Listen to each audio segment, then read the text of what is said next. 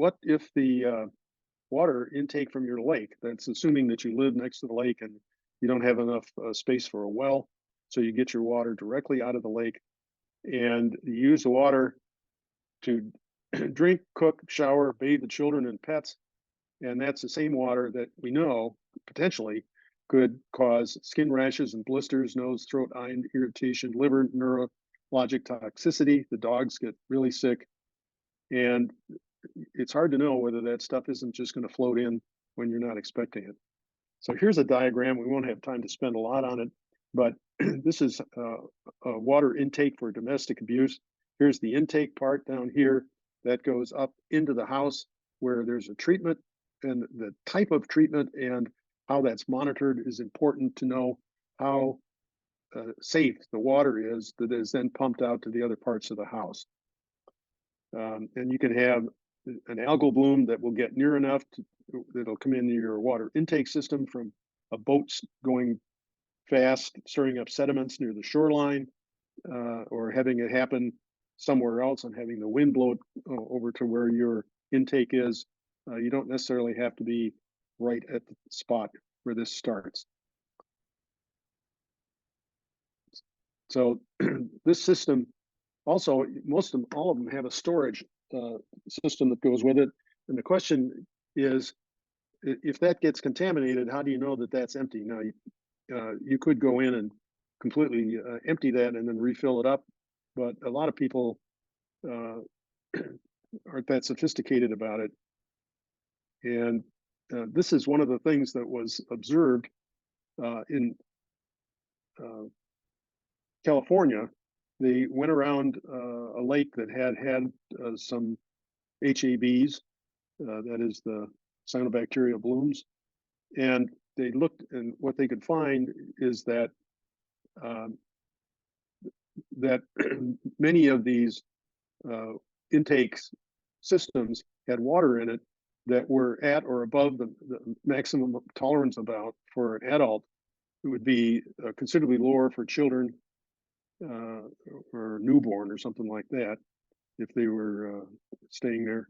And you could actually see cyanobacterial or algal cells in 20 out of 28 tap samples, so that these systems depend a lot on how more recent they've been put in and the knowledge of the people that have these. But basically, what the CDC says is that these ways of purifying water don't always work the way you think they're going to do. The chlorination can kill the bacteria, but it doesn't filter away the toxins. And conventional water treatments can generally remove intact cells and low levels of cyanotoxins, but this is, they're working on relatively low concentrations, and it says they generally remove them. If it was my water, I wouldn't be too happy with that. One of the questions is, could you just taste and smell it? Well, here's the problem, is that the materials, or these substances that make taste and odor are not toxins. And so the material that, or the treatments that remove these don't necessarily remove toxins. And so you can't necessarily tell by taste and smell about the quality of the water. So that doesn't work too well. There is a EPA recommendation we'll get to in a little bit.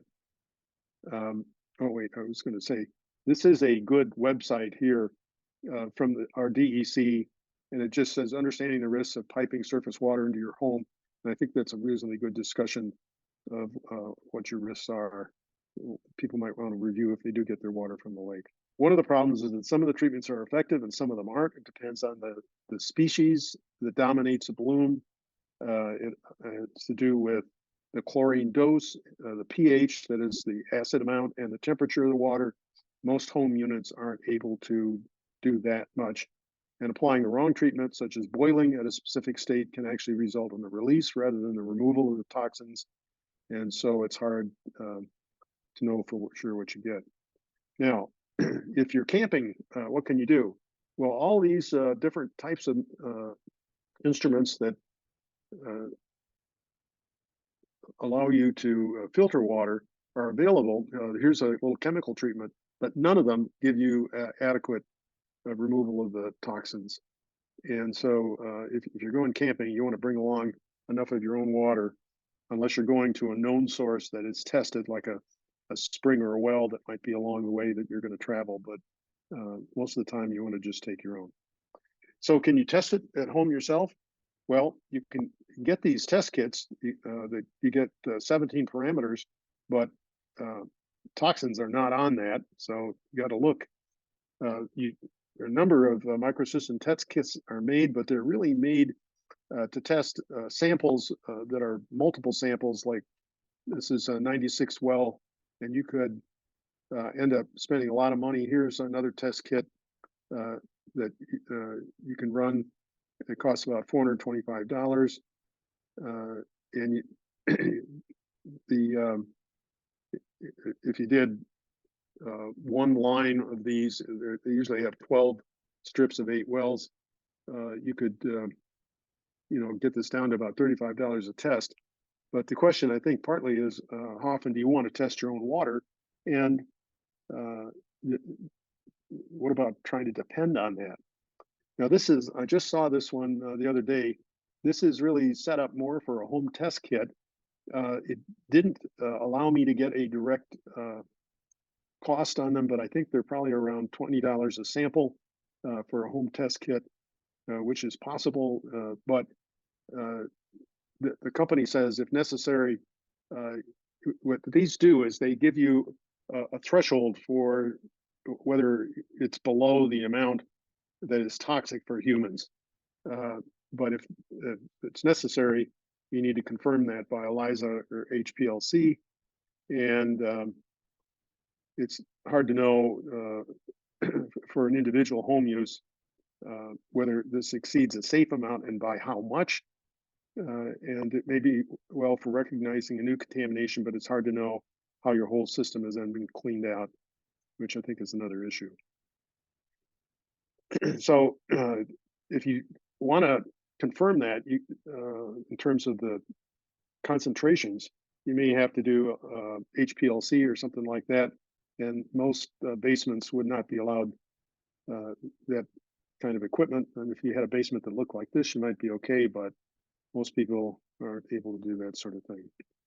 So my recommendation is that if you get your water from lake into October, you realize that the lake water treatment system is not reliably adequate to treat cyanobacteria toxins in moderately high concentrations. Now, high concentrations are not seen yet in Otsego Lake, but I think that is a real concern. Again, this is that DEC site, it's the same one I talked to about a little bit ago.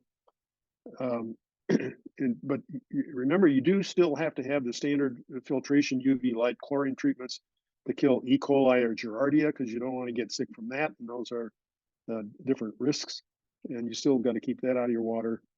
But you want to supply bottled water for drinking and cooking. Remember, cooking it doesn't destroy the toxins. And if you shower with lake water, I'd make it as short as possible, rinse off, and then immediately towel off, because you want the water removed. You don't want the water to dry down and concentrate the toxins as it would dry on your skin. And there are people with pulmonary sensitivities where the splash from a shower could be a problem for you, and I'd go shower somewhere else.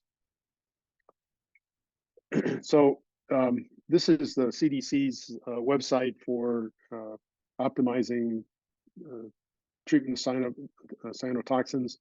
And it's much more complicated than we want to get into in this discussion, but I put it in here so if somebody wants to look it up, they have a reference to it. So the question is, can we get water from the village of Cooperstown, because it gets its water from the lake? And the answer to that is yes.